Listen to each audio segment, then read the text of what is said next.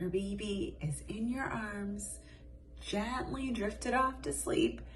You look at them, their mouth is open, their eyes are closed, they have like a tiny little snore going on, and you know that they are out. But as soon as you go to put them into the crib, eyes pop open, they're wide awake. What are you doing wrong? The books all said to put your child in drowsy but awake. You've tried the drowsy, you've tried the awake, nothing is going right. If that has ever happened to you, then you are in the right place. So hi, I am Jensine Casey, a certified pediatric sleep consultant, a certified postpartum doula, and mama of 3. So today we are going to talk about the lie that is drowsy but awake and what to do instead. So everyone has heard of this drowsy but awake, but nobody knows what it really is. So essentially, as it is explained, drowsy but awake is this perfect time period where your child is tired, maybe their eyes are half closed, they're almost asleep, but they're not yet asleep. So you spend a lot of time trying to find this perfect drowsy period before you put your child in. And that is very, very difficult to do. And a lot of parents do this for too long. So what ends up happening is you have a child that's 4, 5, 8 months old. You're holding them, rocking them, walking them, whatever it may be, until they get to what you assume is this perfect drowsy spot where they're still awake and looking around, but their eyes closed for some time, open again. So you know they're awake, but you know they're right on that cusp of falling asleep. Then you try to transfer them into their crib and they absolutely lose it.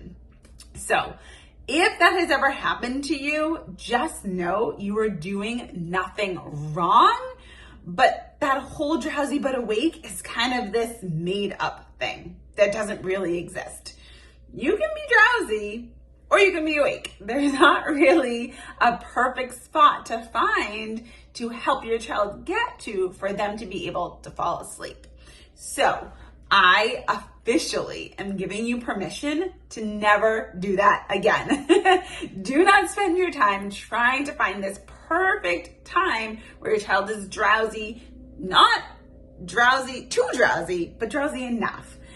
Because it's a waste of your time. It's gonna make it really, really hard for your child to be able to fall asleep in their crib. So I like to explain it as is. So once you finish your full bedtime routine, you put your child in as is. That may be very drowsy. That may be very awake. The goal from there is that they learn some self-soothing skills, how to fall asleep independently, so it doesn't matter what state you put them into the crib. They then know how to fall asleep independently. So no more drowsy but awake. If your child is under the age of 12 months, this drowsy but awake semi-applies. I meant to say 12 weeks. I think I said 12 months. If your child is under the age of 12 weeks, then this semi-applies, but not really. Because what happens with newborns is they are essentially asleep or awake. They have this kind of like milk drunk time when they are very, very sleepy, but they're still kind of awake, and you can put them down and they will be able to get themselves to sleep. That would be a really true definition of drowsy but awake, but that only happens at this very, very short amount of time right at the beginning of life. And as children grow and become more aware and alert, then that ends and you're really not ever able to find and replace that drowsy but awake, that true drowsy but awake that they had when they were a newborn.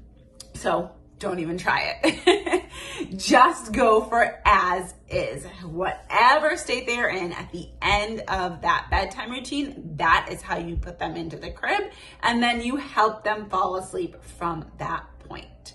So please, take it from me, do not spend any more time trying to find that perfect drowsy period. You want your child to be able to go in more awake so that they are able to learn those self-soothing skills. Because if they go in super tired, it's not even a drowsy, it's almost asleep, then they never have to learn how to put themselves to sleep because somebody is doing most of the work for them.